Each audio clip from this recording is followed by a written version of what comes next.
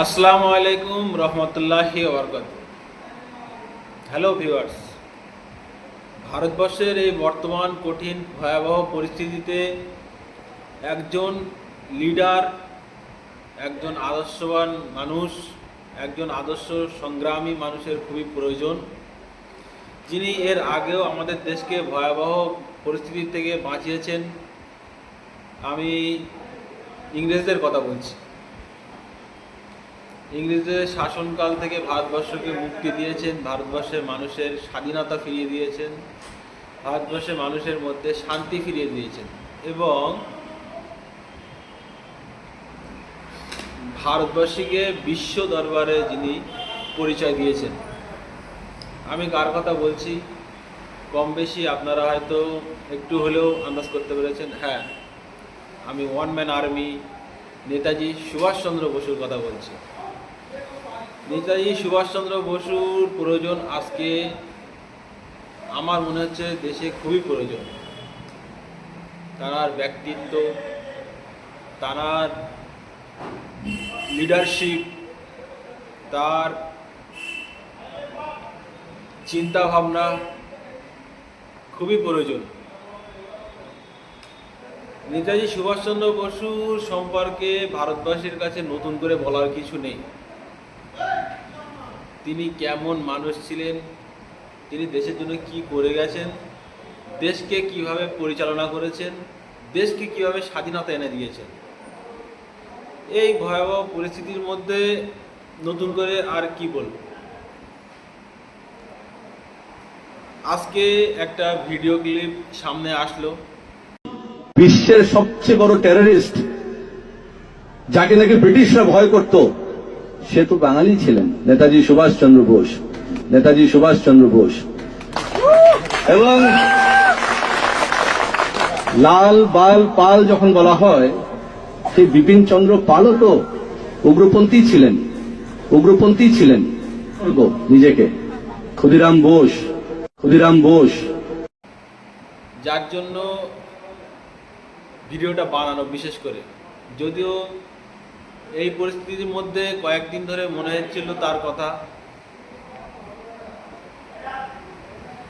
এই ভয়াবহ পরিস্থিতি থেকে ভারতবর্ষকে কিভাবে রক্ষা করা যায়, সাধারণ মানুষ হিসেবে, সাধারণ দেশপ্রেমিক হিসেবে, সাধারণ দেশের জনগণ হিসেবে চিন্তা একটা থেকেই যায়। প্রকৃত দেশপ্রেমিক হলে তাদের এরকম ধরনের চিন্তাভাবনা আসবে, মাথায় থাকতে পারে, হতে পারে। এটা নেতাজি সুভাষচন্দ্র বসু আজকে তাকে অবমাননা করা হচ্ছে, ভিডিওর মাধ্যমে, ভিডিওতে প্রচার করা হচ্ছে তিনি একজন সন্ত্রাসবাদী ছিলেন, নাউজুবিল্লাহ জালেম। মানে এমন কথা আমার বলতেও খুব লজ্জা লাগছে, তবুও বলে ফেললাম। দেশবাসী আমাকে ভুল ভেবে নেবেন না। এই কথাটা বলার জন্য আমি অন্তর থেকে খুবই খুবই দুঃখিত। একজন স্বাধীনতা সংগ্রামী মানুষ, একজন প্রকৃত দেশপ্রেমিক, একজন আদর্শবান লিডার, একজন বাঙালি মানুষ, যিনি ইংরেজদের চোখে চোখ রাঙিয়ে কথা বলেছেন, ইংরেজকে, যার কোনোদিনও ক্ষমতা হয়নি, ইংরেজদের কোনোদিনও ক্ষমতা হয়নি এই নেতাজি সুভাষচন্দ্র বসুর চোখে চোখ রেখে কথা বলার, যার নামে পুরো ইংরেজ সাম্রাজ্য অন্তর থেকে কেঁপে উঠেছিল। হ্যাঁ, তার কথা আমি বলছি। আজ তাকে অপমান করা হচ্ছে বলে একজন ভারতীয় হিসাবে কিভাবে তাকে অপমান করতে পারে? একজন ভারতবাসী নেতাজি সুভাষচন্দ্র বোসকে কিভাবে সন্ত্রাসবাদী বলতে পারে? ছি ছি ছি ছি ছি ছি। এই কথা মুখে তুলে বলাটাও আমি মানে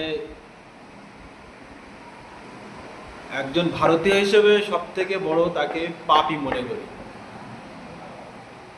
এখন আমার মনে তো প্রশ্ন আসছে যে মানুষটি এই কথাটা নেতাজি সুভাষচন্দ্রকে বলেছেন, তিনি দেশে সন্ত্রাসী, তিনি সন্ত্রাসবাদী নয়, এই প্রশ্নটা আমাদের মনে থেকে যাচ্ছে। সত্যি মানে ভাবার বিষয়। দেশে সামান্য নিজের লিডারশিপ পাওয়ার জন্য, রাজনৈতিক পদ পাওয়ার জন্য, আরএসএস এর দালালি করার জন্য, দেশের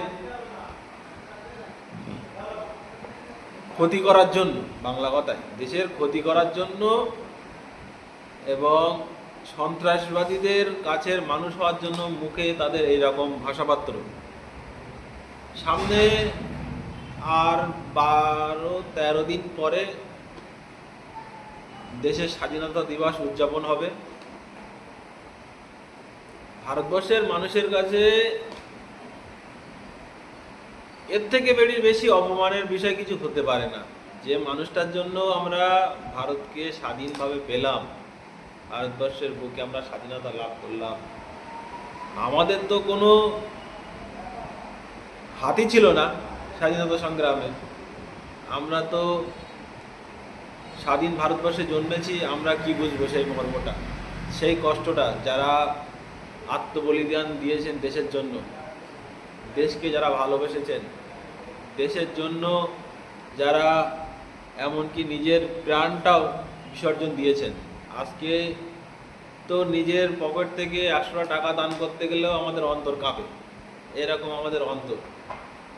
আর সেখানে যেখানে নিজের প্রাণটুকু যারা দেশের জন্য বিসর্জন দিয়েছেন, তাদের কথা, তাদের ব্যাপারে এরকম কুৎসিত মন্তব্যকে আমি ভাষা হারিয়ে ফেলেছি। তাদের মধ্যে তাদেরকে কি বলে জবাবটা দেব?